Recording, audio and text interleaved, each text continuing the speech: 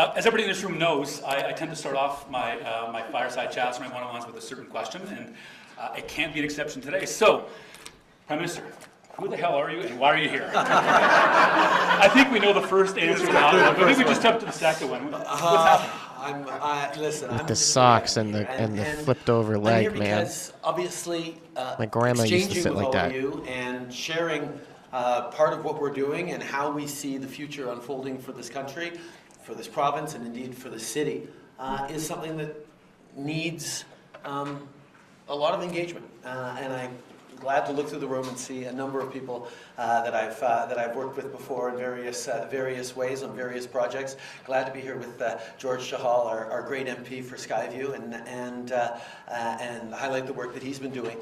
But I've been coming to Alberta regularly since pretty much the first day I got elected as an MP. I launched my leadership race here in Alberta, and the last name notwithstanding, Joe, I have always been interested and engaged and committed to building success for Alberta. And it's very much serving for the whole country, because That's why you Alberta let has them export always their been gas, right? a massive driver. You don't of let them do success for anything, the man. entire country.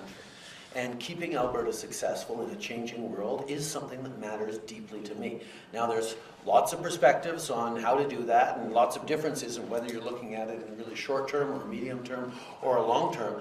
But these are conversations that I've had with many of you over the years, and I'm going to continue to have. The world is changing in very, very big ways, and that's having some very real impacts, not just on the way our economy works, but on the way our communities unfold, on the way people see their own future, on the kinds of jobs and the kinds of work people do. Dude's and phone's going that off. instability and uncertainty is leading to an awful lot of anxiety out there. That is, Someone's that just is be like, yo, hold on, Prime Minister, I got to take this. causing a lot of people to worry about their place in the future. Oh, man. And part of the job of any leader or prime minister is to make sure we're bringing people together and giving them optimism about the kinds of future we're going to be able to build together. Whether it's climate change, whether it's the pandemic that we're still getting over in certain ways, with certain aftershocks from it, whether it's the transformation of the way we're working, whether it's looking for getting to net zero, as even the Alberta government has committed to by 2050, there are really big things that we're going to have to prepare for now.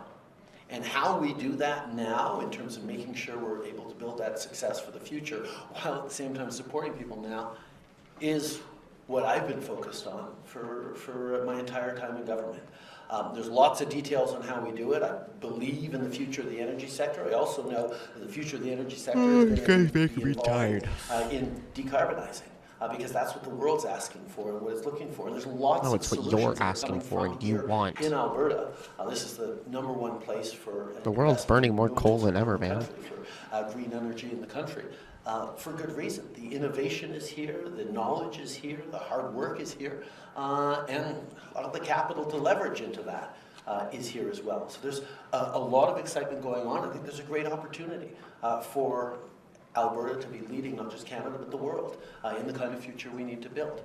When it comes to building stronger communities, going after the challenges around the cost of living, making sure that everyone is part of the economy that we're building for the future, whether it's Indigenous people, whether it's every generation, whether it's new arrivals.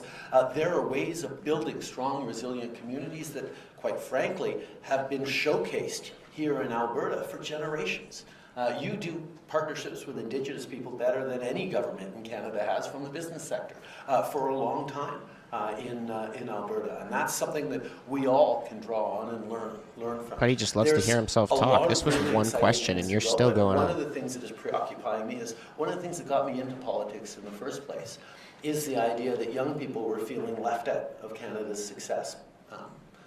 Over the past many years. What does that have to do with the energy sector? Now where are you going? People, particularly we talk about Generation Z and millennials, they are facing a system that seems stacked against them in a whole bunch of ways. Zoom into his blueberry face. Rent, Come on, cameraman. Not even be able to imagine being able to buy a home, given not just the housing crisis, but so many other factors that are pushing back at them. Even if zoomed they have in good so jobs. much. Jeez. There's a sense of worry about the future, about the geopolitics shifting, about the impacts of climate change.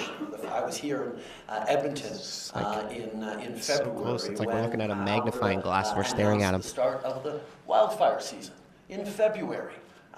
You know, we're seeing this is a record drought year coming up, which means there's going to be really bad fires. There are things we need to do right now, and young people are anxious about the kind of world they're growing up in, and that anxiety means we as leaders, whether it's political or business, need to step up to allay those fears and to empower young people to be able to succeed in all sorts of ways. I'm talking about young people, it's not just 15-year-olds, it's 35-year-olds. Man, he just loves to talk. That the world is not following the same kinds of rules as it did for their parents.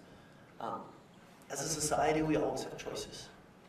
Do we instrumentalize and amplify the fears and anxieties that people are facing? Or do we work hard to allay those fears? Do we acknowledge the concerns people have and try to solve for them? Or do we say, okay, let's see if we can get re-elected or elected by making people even matter? I know path I choose, and part of that is having real conversations about the challenges we're facing, and that's why I'm really pleased to be here with you all today. Alors, merci Brad pour l'invitation.